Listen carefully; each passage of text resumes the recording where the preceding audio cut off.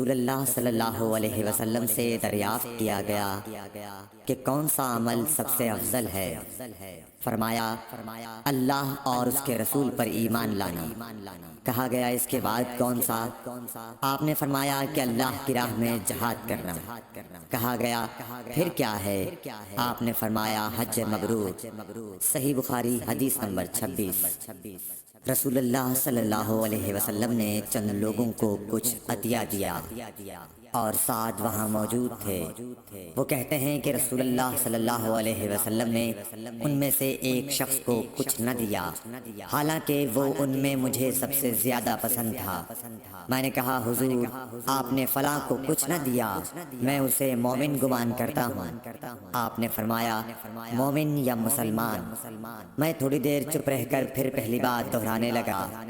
حضور صلی اللہ علیہ وسلم نے بھی دوبارہ وہی جواب دیا۔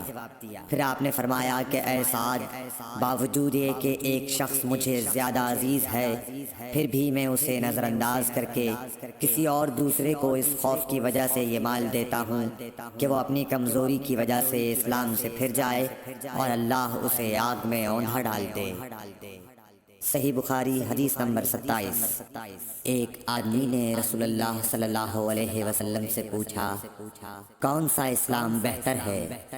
آپ صلی اللہ علیہ وسلم نے فرمایا کہ تو کھانا کھلائے اور ہر شخص کو سلام کرے، خواہ اس کو تو جانتا ہو یا نہ جانتا ہو۔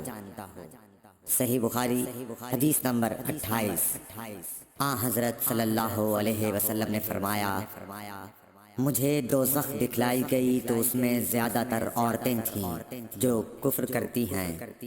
کہا گیا حضور کیا وہ اللہ کے ساتھ کفر کرتی ہیں؟ آپ صلی اللہ علیہ وسلم نے فرمایا کہ خاوند کی ناشکری کرتی ہیں اور احسان کی ناشکری کرتی ہیں۔ اگر تم عمر بھر ان میں سے کسی کے ساتھ احسان کرتے رہو، پھر تمہاری طرف سے کبھی کوئی ان کے خیال میں ناگواری کی بات ہو جائے تو فوراً کہہ اٹھے گی کہ میں نے کبھی بھی تجھ سے کوئی بھلائی نہیں دیکھی۔ صحیح بخاری حدیث نمبر 29۔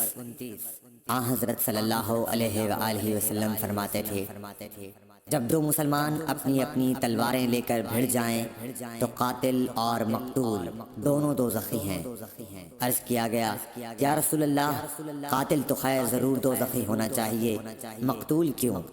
فرمایا وہ بھی اپنے ساتھی کو مار ڈالنے کی حرص رکھتا تھا، موقع پاتا تو وہ اسے ضرور قتل کر دیتا، دل کے عزم سمیم پر وہ دوزخی ہوا۔ صحیح بخاری حدیث نمبر 30۔ ابو ذر ایک جوڑا پہنے ہوئے تھے اور ان کا غلام بھی جوڑا پہنے ہوئے تھا۔ سبب دریافت کیا گیا تو کہنے لگے کہ میں نے ایک شخص یعنی غلام کو برا بھلا کہا تھا اور اس کی ماں کی غیرت دلائی یعنی گالی دی، تو رسول اللہ صلی اللہ علیہ وسلم نے یہ معلوم کر کے مجھ سے فرمایا اے ابو ذر تو نے اسے ماں کے نام سے غیرت دلائی ہے، بے شک تجھ میں ابھی کچھ زمانہ جاہلیت کا اثر باقی ہے، یاد رکھو ماتحت لوگ تمہارے بھائی ہیں، اللہ نے اپنی کسی مصلحت کی بنا پر انہیں تمہارے قبضے میں دے رکھا ہے، تو جس کے ماتحت اس کا کوئی بھائی ہو تو اس کو بھی وہی کھلائے جو آپ کھاتا ہے، اور وہ کپڑا اسے پہنائے جو آپ پہنتا ہے، اور ان کو اتنے کام کی تکلیف نہ دو کہ ان کے لیے مشکل ہو جائے، اور اگر کوئی سخت کام ڈالو تو تم خود بھی ان کی مدد کرو۔